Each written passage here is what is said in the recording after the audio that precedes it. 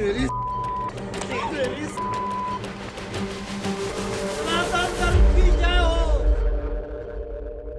ये वकील राकेश किशोर हैं, वही वकील जिसने सुप्रीम कोर्ट में तत्कालीन सीजेआई बीआर गवई की ओर जूता फेंका था। अब उन्हीं राकेश किशोर पर दिल्ली के कोर्ट कॉम्प्लेक्स में चप्पलों से हमला हो गया। चप्पलों का जवाब राकेश किशोर कुछ गालियों से दे रहे हैं, साथ में अपने डिफेंस करने के दौरान हमलावरों से पूछ भी रहे हैं कि तू कौन है। इसी झड़प के बीच वो नारे लगाने लगते हैं, सनातन धर्म की जय हो।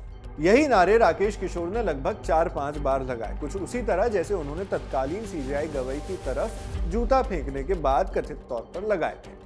अब ये वीडियो सोशल मीडिया पर तेजी से शेयर किया जा रहा है। वीडियो है दिल्ली के कड़कड़डूमा कोर्ट कॉम्प्लेक्स का। वहीं पर वकील राकेश किशोर पर 9 दिसंबर की रोज कुछ अज्ञात लोगों ने चप्पलों से हमला किया। मौके पर मौजूद कुछ लोगों ने बीच बचाव की कोशिश भी की, जो वीडियो में दिखाई दे रहा है। मगर वीडियो में जो नहीं दिखाई दे रहे वो है हमलावरों के चेहरे। मानो जिसने भी वीडियो बनाया उसने इस बात का खास ख्याल रखा हो कि चप्पल मारने वालों की पहचान साफ नहीं होनी चाहिए। शायद यही वजह है कि इस रिपोर्ट के तैयार होने तक उन लोगों की पहचान स्थापित नहीं की जा सकी है। लेकिन कुछ अंदाजे जरूर लगाए जा रहे हैं, क्योंकि कड़कड़डूमा कोर्ट में रोजाना वकीलों, मुकदमा करने लड़ने वालों और कोर्ट स्टाफ की ही भीड़ होती है। अब समझने की कोशिश की जा रही है कि क्या चप्पल मारने वाले इन्हीं में से कोई थे। साथ ही यह भी अभी स्पष्ट नहीं है कि घटना कोर्ट कॉम्प्लेक्स के आखिर किस हिस्से में हुई। और एक जरूरी सवाल यह भी है कि क्या मौके पर कोई सुरक्षा कर्मी मौजूद था या नहीं। बहुत से सवाल हैं, कुछ सवाल ऐसे भी जिनके जवाब हमला करने वालों से ही पता लग सकते हैं। जैसे राकेश किशोर पर चप्पलों से हमला करने के पीछे की असल वजह थी क्या।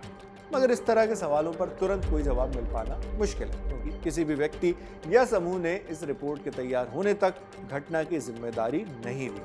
वहीं बार एंड बेंच की एक रिपोर्ट के मुताबिक इस मामले पर अधिकारियों और कोर्ट से जुड़ी अथॉरिटीज ने कोई ऑफिशियल बयान भी जारी नहीं किया है। मगर एक व्यक्ति ने जरूर बयान दिया है, खुद वकील राकेश किशोर ने।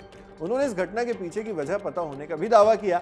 राकेश किशोर से पूछा गया कि आप पर जब कुछ लोगों ने चप्पल से हमला करने की कोशिश की तब क्या क्या हुआ था, तो उनका जवाब ये रहा। कोशिश नहीं की, 100-150 आदमियों ने हमें घेर लिया और घेर के चप्पलों से अटैक किया। तो इसलिए ये कहना कि कोशिश नहीं की। और मैं अभी भी यही कहूँगा कि वो दिग्भ्रमित हैं। सबसे पहले वो सनातनी हैं, फिर वो बाद में कुछ और हैं। जब वो मुझे मार रहे थे तो मैंने उनसे कारण भी पूछा कि भाई मुझे क्यों मार रहे हो। मैंने अपना बचाव खुद किया, ऐसा नहीं कि मैं वहाँ से भाग गया या दब गया, मैं बराबर वहीं पर रहा। और मैंने कहा भाई ये सब क्यों कर रहे हो। तो उन्होंने कहा कि वो जो घटना हुई थी सीजेआई के ऊपर, उसके लिए मैंने कहा। तो उन्होंने विष्णु भगवान का अपमान किया था। तो बोले क्या अपमान किया था। सही बात कही थी कि विष्णु भगवान अपना सर खुद लगा लें, क्यों नहीं लगा लेते वो। तब मैंने सनातन धर्म की जय हो करके नारा भी लगाया, एक नहीं कई बार लगाए। मैंने ये सोचा कि शायद सनातनी आए, कुछ बात बीच बचाव कराएं। मैं जब नहीं कराया तो नहीं कराया, कोई बात नहीं है। यहाँ बार काउंसिल ऑफ इंडिया से निलंबित वकील राकेश किशोर ने अपनी पिछली घटना का जिक्र किया, जो घटना 6 अक्टूबर को हुई थी। उसी दिन राकेश किशोर ने सुप्रीम कोर्ट के भरे कोर्ट रूम में तत्कालीन chief justice of India BR Gavai की तरफ जूता फेंका था, जिसके तुरंत बाद सुरक्षा कर्मी उन्हें कोर्ट रूम से बाहर ले गए। इस दौरान राकेश सनातन धर्म की रक्षा के नारे लगाते दिखाई दे। उन्होंने दावा किया कि उनका ये गुस्सा तत्कालीन सीजेआई गवई की उस मौखिक टिप्पणी से जुड़ा था, जो उन्होंने खजुराहो में भगवान विष्णु की टूटी हुई मूर्ति से जुड़े मामले पर की थी। भगवान विष्णु की 7 फीट की मूर्ति बहाल करने के लिए यह मामला दर्ज किया गया था। तब जस्टिस गवई ने रिमार्क दिया था कि those aggrieved could seek answers from the deity, यानी जो परेशान है वो खुद भगवान से जवाब मांग सकते हैं। पूर्व सीजेआई गवई के इस बयान पर राकेश किशोर ने आपत्ति जताई थी। तब तो हालांकि वो सीजेआई ही थे, सिटिंग सीजेआई थे। कुछ वैसी ही आपत्ति उन्होंने 9 दिसंबर को भी जताई राकेश किशोर ने। चप्पलों से हमला होने के बाद जब राकेश किशोर ने मीडिया से बात की, तब भी उन्होंने पूर्व सीजेआई गवई के उस बयान का जिक्र किया। सबसे पहले उन्होंने अपमान किया विष्णु भगवान का।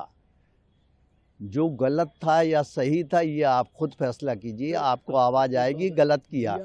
यहाँ राकेश किशोर ने जिन आरोपों को दोहराया उन पर पूर्व सीजेआई बीआर गवई पहले ही अपना रुख साफ कर चुके हैं। घटना के बाद बीआर गवई ने ये साफ किया था कि भगवान विष्णु की मूर्ति वाले मामले पर उनकी टिप्पणी को गलत तरह से लिया गया। उनका वो मतलब नहीं था जो दर्शाया जा रहा है और वो सभी धर्मों का एक बराबर सम्मान करते हैं। ये सारी बातें बीआर गवई ने उस वक्त कही थी, मगर चूंकि राकेश किशोर ने एक sitting chief justice of India की ओर कोर्ट रूम के अंदर बेंच को निशाना बनाकर जूता फेंका था तो इस पर एक्शन लिया जाना भी लाजमी था।